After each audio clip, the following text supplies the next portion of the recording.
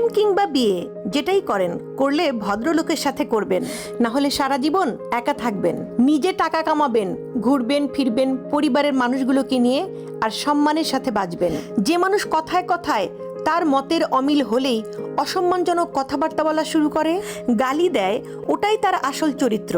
এমন মানুষগুলো খুবই ভয়ানক। যাদের মধ্যে নম্রতা ভদ্রতা আছে, সে গালাগালি করে না বা অসম্মানজনক কথাবার্তা বলে না। যারা আপনাকে সম্মান করে না, এমন মানুষগুলোকে ছাড় দিয়ে যত চলবেন, ভালোবাসা দেখাতে যাবেন, তাহলে নিজের লস। এরা আপনাকে মানসিক রোগী বানানো ছাড়া আর কিছুই দিতে পারবে না।